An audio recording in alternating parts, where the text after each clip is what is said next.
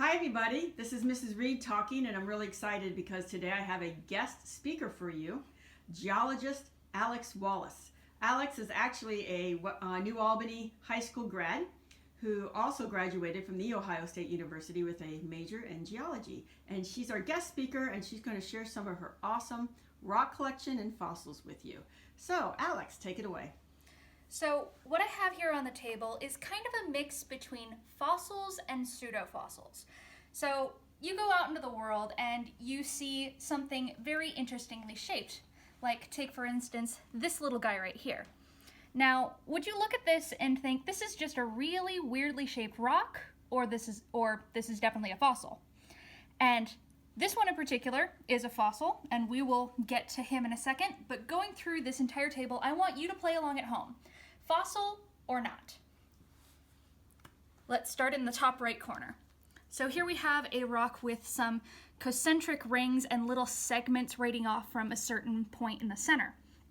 And you can see a more bubbly texture on the backside. Now, this is actually a fossil. This is a coral, this is a coral fossil called Favosites. It is from the Devonian of Ohio. I collected this right here in Columbus. And this guy is related to this guy. I collected them in the exact same place. They're two different types of corals. This is a tabulate coral, and this is a rugose coral. And basically the difference between them is how they're structured. This guy has a little ring at the center that you can kind of see there. And this guy has a whole bunch of little segments radiating out from the center point. So fossil or not, the answer is fossil.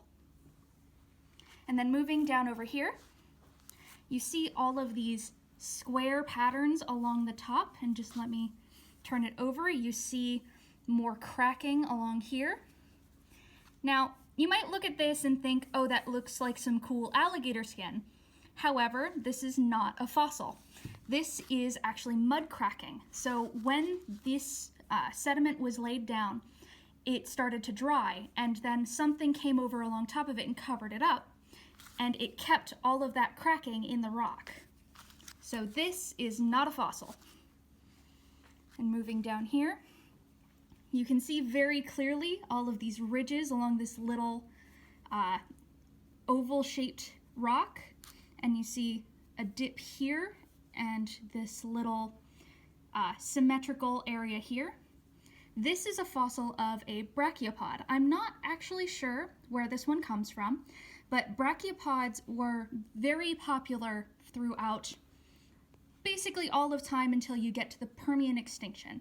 And then they kind of died off. But we still find them here and there. They're kind of like clams, except for clams will be symmetrical only on one side. These, like the hinge, will be at the very center, so it's symmetrical on both these sides and these sides.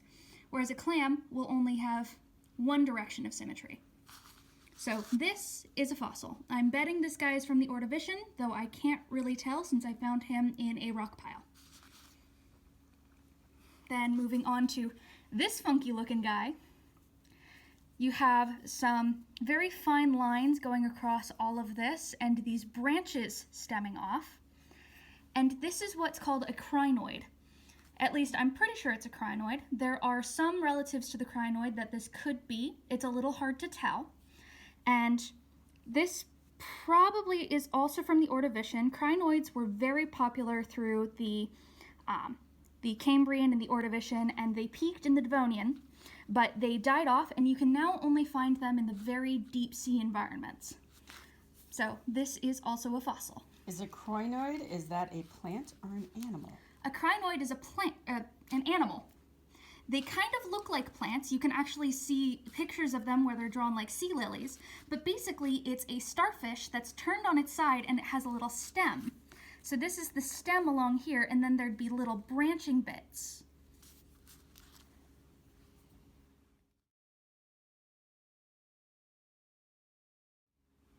Now moving over here, this fossil is inside of a whole bunch of rock. So this is what we're looking at here. This is probably going to be very familiar to some people. This is a snail of some sort of gastropod.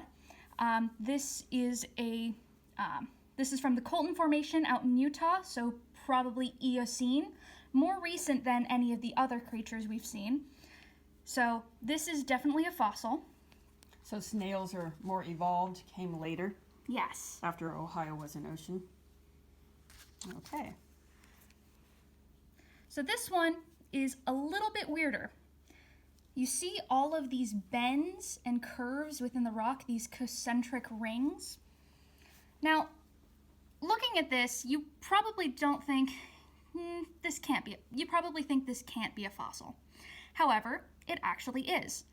Each of these layers was trapped in by cyanobacteria over hundreds and hundreds of years, and as more sediment got trapped in, the cyanobacteria moved up, and then they compacted the sediment they'd already trapped, and it kept progressing. And so you get all of these surfaces where the bacteria was, and this is called a stromatolite, also called a stromatolitic boundstone when you're actually talking about the rock itself. So this is a weird blend between, yes, it's a fossil, but technically it's a trace fossil. So it's a weird blend between a depositional track and an actual behavioral track. Isn't that the type of bacteria that was first here on the Earth when the Earth started to cool, that gave us all the oxygen that we have? Yes, cyanobacteria are the first bacteria that started photosynthesizing, and it's because of them we have the oxygen in our air. That's pretty cool. It really is.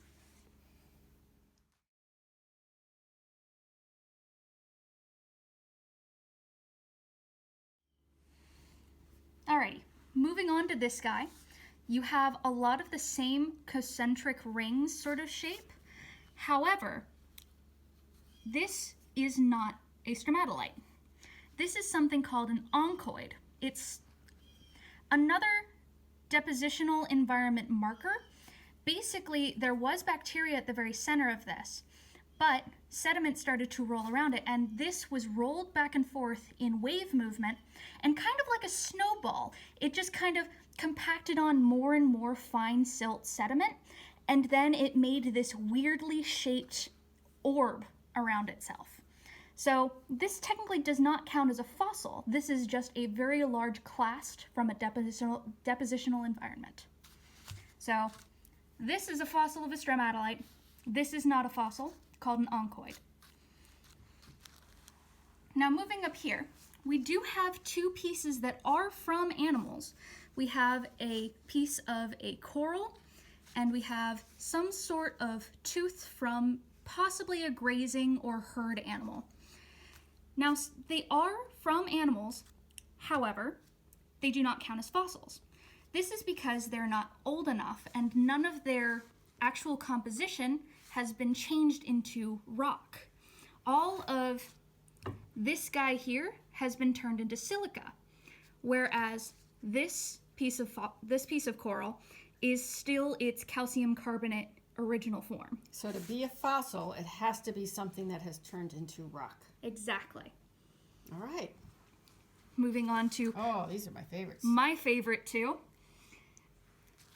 Both of these are the exact same type of creature, though they look very different. And forgive this guy, he's crushed in a little on himself. He's curled up to protect himself. And both of these are called trilobites.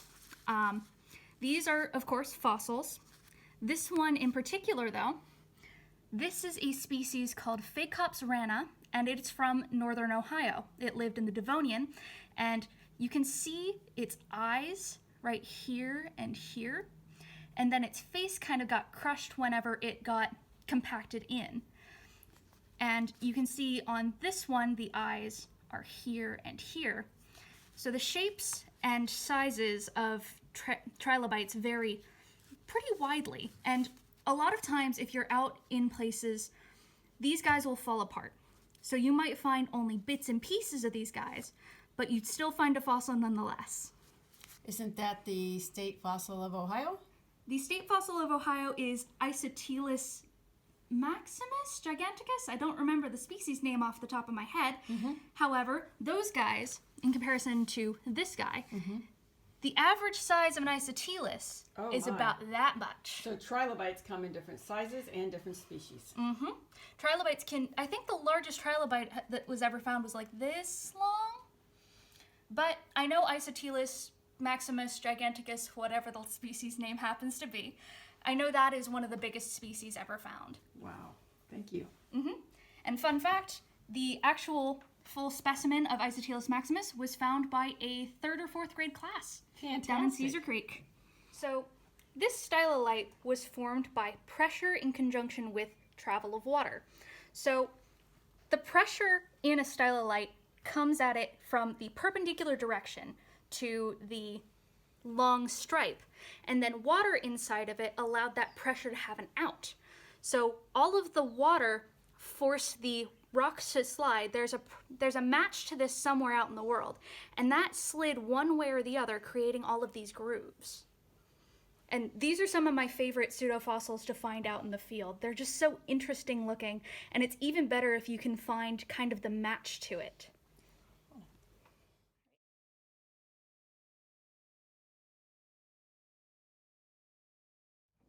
Now over here is something that I had in my collection, and I swore for the longest time that this was a fossil, because you can kind of see the same shape as like a snail cut in half.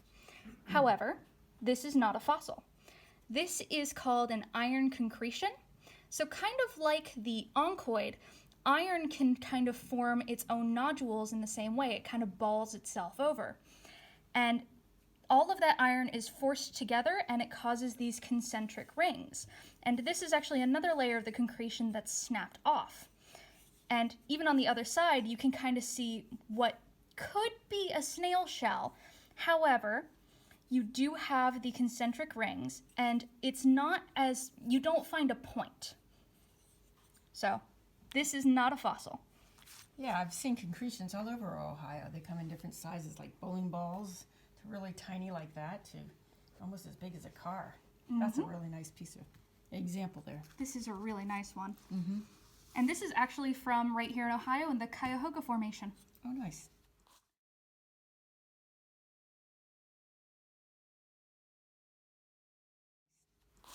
So over here, we have more concentric rings. You'll find that a lot of sediment classes do form in spheres, or at least they round down to spheres. And like the oncoid from before, they formed around bits of bacteria or other sediment. These are called ooids. So an oncoid is anything large and irregular, whereas an ooid has to be spherical, or at least mostly spherical. And typically ooids are a lot smaller and form in bigger amounts. Oncoids are kind of here and there in a sediment, whereas in ooidal packstones like this one, you have them all throughout. So this is not a fossil.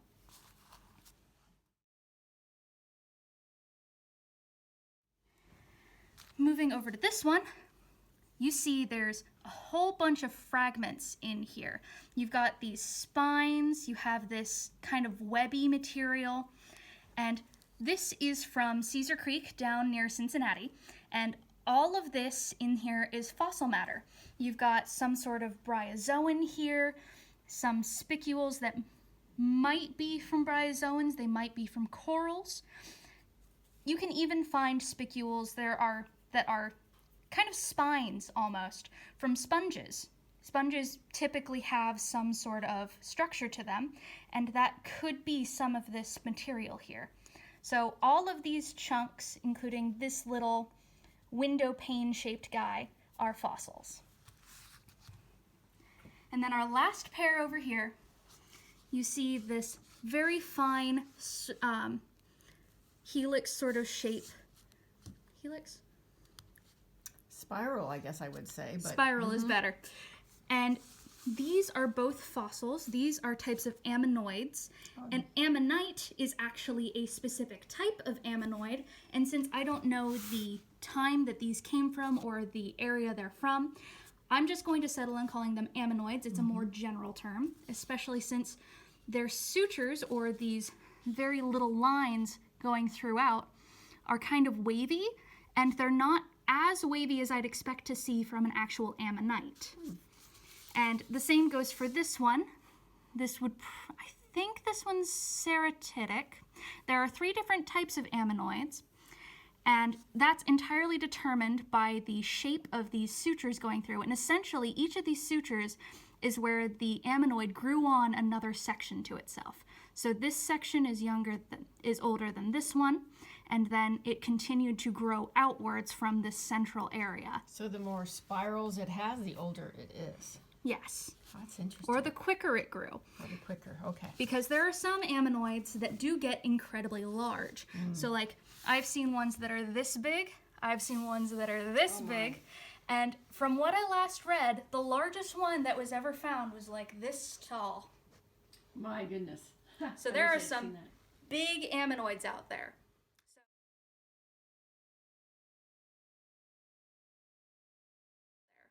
So when you're outside and you're looking around for rocks, keep in mind that while you can find fossils, there are some really cool pseudofossils that can also be hiding.